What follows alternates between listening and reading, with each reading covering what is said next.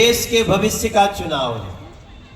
ये चुनाव में न तो मुख्यमंत्री का चुनाव है, न तो पार्षद और मेयर का चुनाव है। ये चुनाव है कि देश का प्रधानमंत्री कौन बनेगा।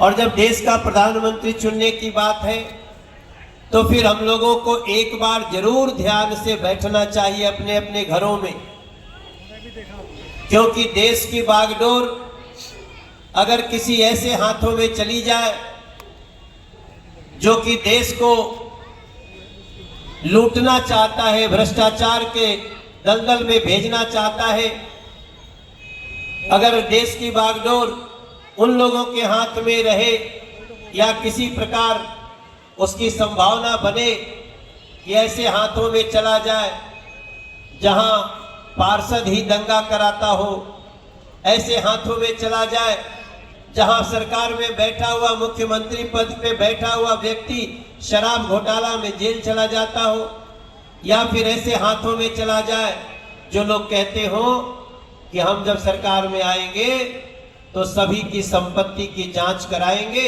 और उनकी संपत्ति को माइनॉरिटीज में यानी मुसलमान भाई बहनों में बराबर बराबर बांट देंगे। इसलिए इस चुनाव को बहुत गंभीरता से लीजिएगा। ऐसा क्या हो गया है, किसी देश में कुछ लोग अपने समाज का 90% वोट, 95% वोट डलवा रहे हैं। दूसरे समाजों का वोट को पता चल रहा है कि 55%, 60% पहुंचने में बहुत मेहनत लग रहा है।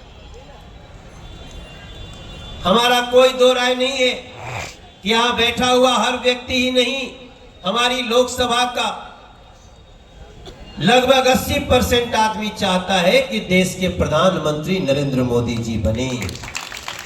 इसमें हमको कोई दो राय नहीं, कोई डाउट नहीं है हमको। लेकिन उसके लिए वोट देना भी जरूरी है, इसका आभास बहुत सबको नहीं है। कुछ हम लोगों को एग्जाम्पल याद रखना चाहिए। एक छोटा सा एग्जाम्पल मैं देना चाहता हूं कि सरकार का मतलब, देश की सरकार का मतलब क्या होता है। हमारा देश, हम किसी को मिलते हैं तो कहते हैं भैया राम राम। हम कहते हैं कि अगर सुबह सुबह जीव पे राम का नाम आ गया तो कहते हैं कि दिन बहुत अच्छा होगा। और उसी देश में हमारे राम जी का मंदिर तोड़ दिया गया और देश की सरकार में जो लोग होते थे, कांग्रेस के लोग, वो बड़े बड़े वकील खड़े करते थे, राम का मंदिर बनना नहीं चाहिए। अरे भैया, तुमको राम से क्या दुश्मनी है। अगर आज इस एग्जाम्पल को हम नहीं देखेंगे तो फिर हम अपने आने वाले बच्चों के भविष्य के लिए, अपने देश के भविष्य के लिए हम स्वयं थोड़ी सी बाधा खड़ी कर दें। प्रार्थना करूंगा कि आप वोट देने पूरे घर के साथ जरूर जाइए, ये हमारी आपसे प्रार्थना है। अगर आपके घर का कोई बच्चा कहीं और पढ़ने चला गया, बुला। मैं मनोज तिवारी प्रत्याशी जरूर हूं, लेकिन क्या मनोज तिवारी को अकेले के लिए चुनाव जीतना है? अकेले के लिए हमें चुनाव नहीं जीतना है।